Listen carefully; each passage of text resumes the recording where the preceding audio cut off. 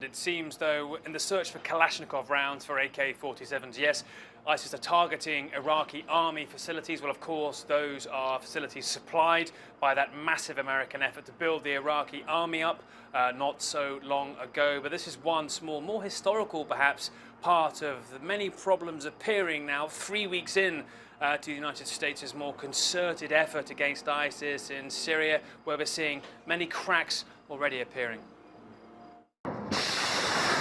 It was never about perfect options. But after the world waited so long for US action against ISIS and in Syria, there's a lot of imperfect to go around here. Airstrikes without ground troops were Obama's only option domestically.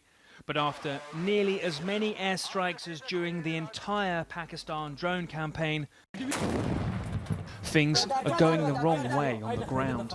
ISIS raised their flag in part of Kobani Monday, pressing against a vital part of Syria's border with Turkey. In Iraq, they're pushing into the city of Ramadi. That brings them closer to the capital, where Secretary Kerry's excitement at the new Prime Minister hasn't translated yet into Iraqi security forces taking back their towns from ISIS.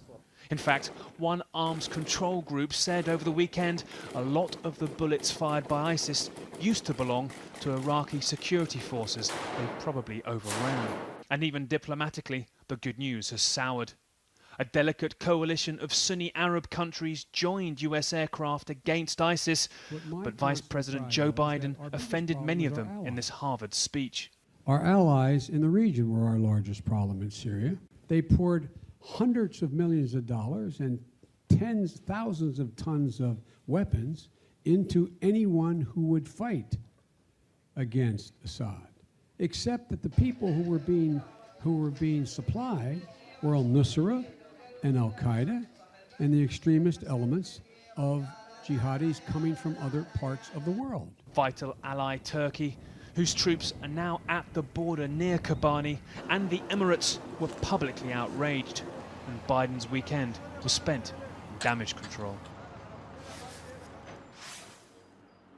Jake, there's another issue too, that unfortunately one of the side effects of this bombing campaign, particularly given some of it has focused on al-Nusra's front, who are linked to al-Qaeda, yes, but in the eyes of many Syrians, the most effective Syrian rebel force fighting the Syrian regime, well, that's made many sympathize with Nusra, and in turn, Nusra is sympathizing potentially with ISIS. We're seeing, sadly, Washington's attempt to try and change the battlefield ground in Syria, actually making some Syrians, I'll say a small number, but some Syrians sympathize more with those who months ago they had deep enmity towards. Jake?